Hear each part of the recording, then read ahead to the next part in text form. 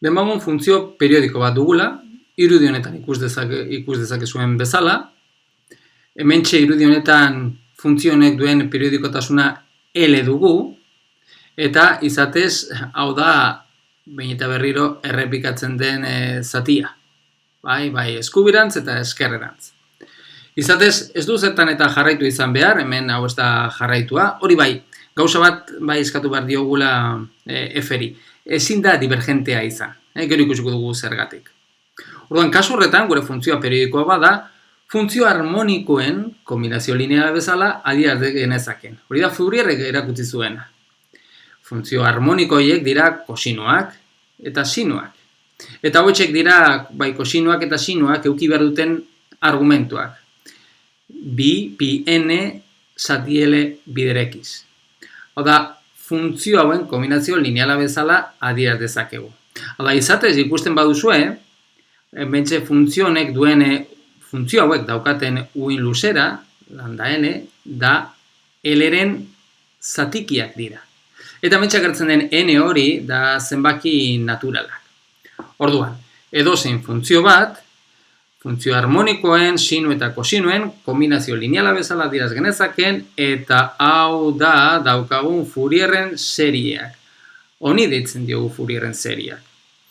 Baina ez da bakarrik hori Fourierrek erakutsi zuena, baina ez da bakarrik adieraz egin dezakeguna, baizik eta badakigu nola egin. Hau da, badakigu nola kalkulatu hementxe agertzen diren bai kosinuak eta sinuekin doazen koefizienteak.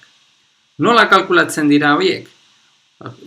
Koefiziente horiek hementxe agertzen den integral honen bitartez adierazten dira. Adibidez, kosinekin doan koefizienteak AN horiek ateratzeko eta baita hementxe agertzen den A0 hori kalkulatzeko, egin behar duguna da hementxe dagoen integrala. AN horiek dira bi zati L, integrala, minus L zati bitik L zati bira, fx bider kosinu, bi pi n zati L bider x diferentzial x. Hori da egin beharreko integrala.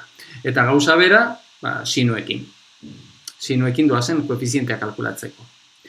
Ikusten duzuenez, hementxe agertzen den F hori divergentea bada, orduan gerta daiteke hementxe dagoen adierazpena integragarria ez izatea. Horregatik eskatu behar diogu F hori, hementxe Fourierren serie garatu ahal izateko, integragarria izatea.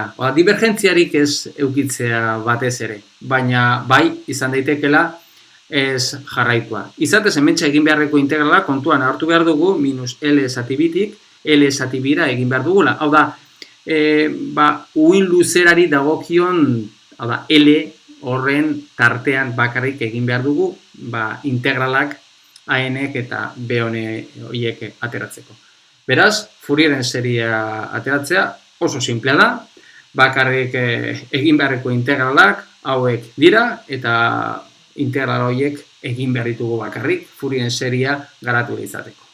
Beraz, gure funtzioa periodikoa bada, garatu indezakegu funtzio harmonikoetan. Oda kosinu eta sinuetan. Hori bai, kosinu eta sinu daukaten argumentuak hauek izan da. Eta ez bakarrik hori, baita badakigu nola kalkulatu Fourierren serie hori.